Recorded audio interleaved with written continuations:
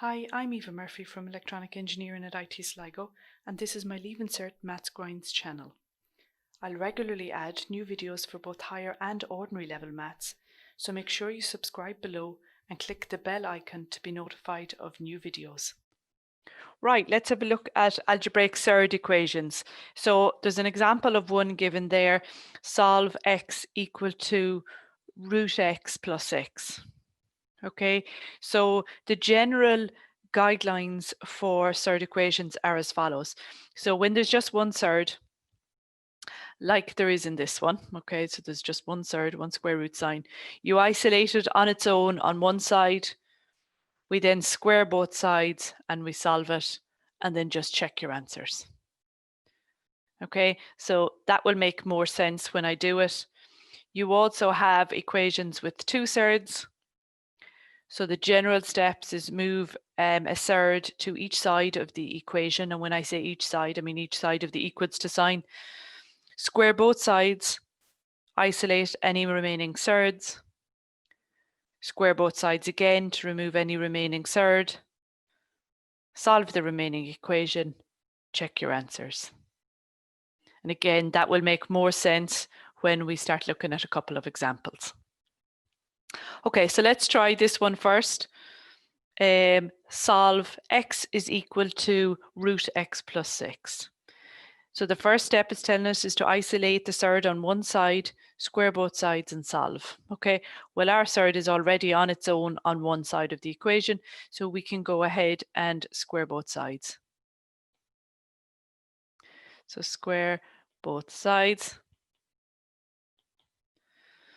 So I will have x squared is equal to root x plus 6 squared. And a squared and a square root cancel. That's why we squared both sides, so that I get left with x squared being equal to x plus 6. Okay, it looks like a quadratic. I see ax squared, I see a bx, I see a c. So bring everything over to one side. So he'll become a minus x minus 6 being equal to 0. Solve that. We could factorize it if we wish. So split your x squared into x and x.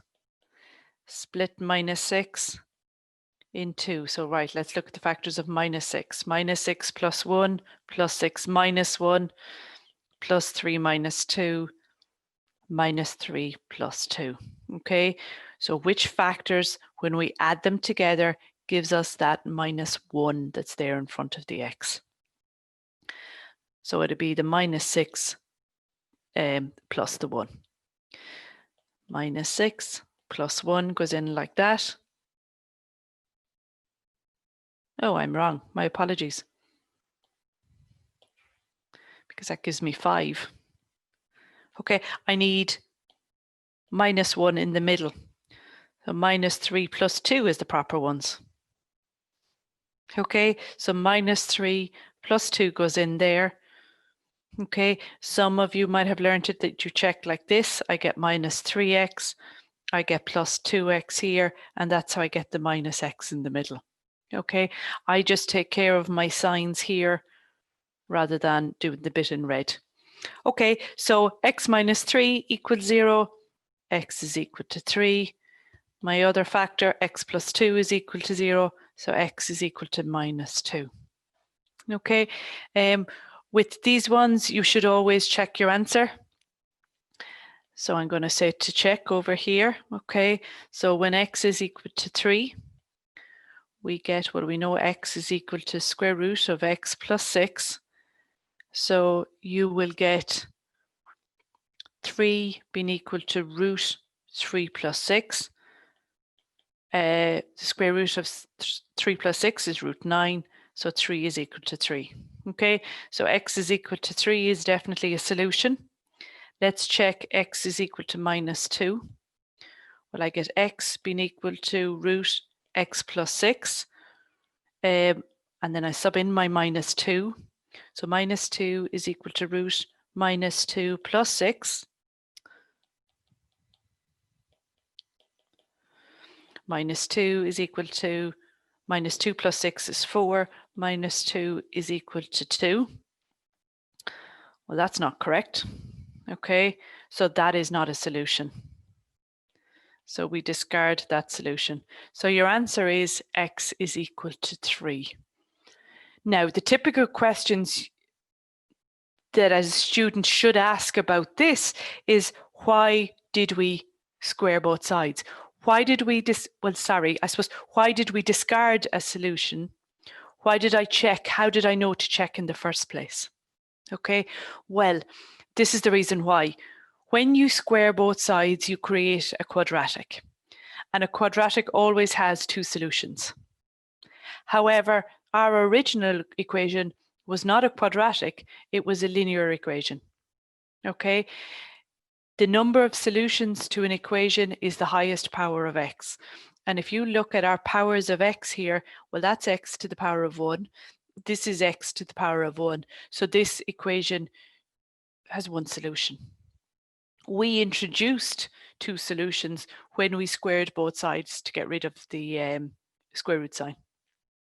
Okay, so because we did that, we then had to check our solutions, see did they work, and discard the one that didn't.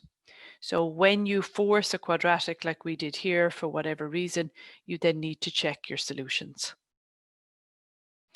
Okay, so the two surds, move one to each side, square both sides and isolate, square both sides again to remove any remaining surds, and solve the remaining equation, and then check your answers. Okay, so I want you to try this one. I want you to bring this one over to the side. I'm going to pause the recording now just to allow you a chance to try it. Square both sides. See if there's any surds left. If there's any surds left, you have to square both sides again. Solve, check your answers. Right, hopefully you made a good attempt at it. So first thing I'm doing is moving the surd, isolating the surd on one side so that I get square root of x plus 4 being equal to x, and the minus 2 will become a plus 2. Okay, so that's the surd isolated on one side. I then square both sides, and you'll find that the square root and the square cancel on that side, so that I get x plus 4, and on this side x plus 2 by x plus 2, square the first term, square the second term, and twice the product of the two. Okay, bring everything over to one side. I have no more surds left, so I can go ahead and solve. I'll have x squared plus 4x plus 4, and then I'll have minus x minus 4 coming over from the left, so that I get x squared plus 3x plus 4 minus 4 cancels. Okay, equals 0. I was just checking that I'd made no mistake in that. And you could do the minus b formula if you want it here, okay? Whereas a is your 1, it's the number in front of x squared.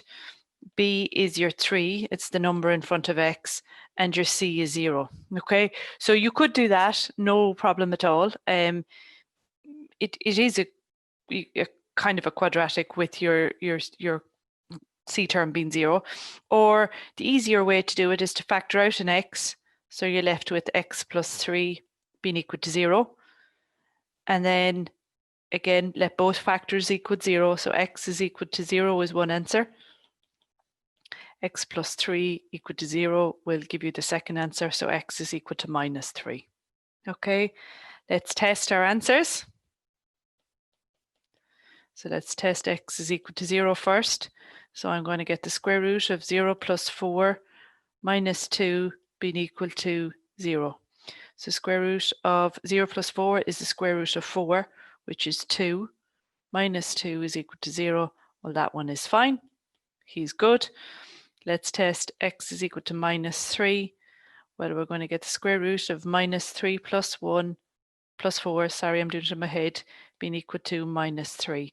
Square root of minus 3 plus 4 is the square root of 1, which is 1, minus 2 equal to minus 3, minus 1 is not equal to minus 3, so therefore I discard that solution.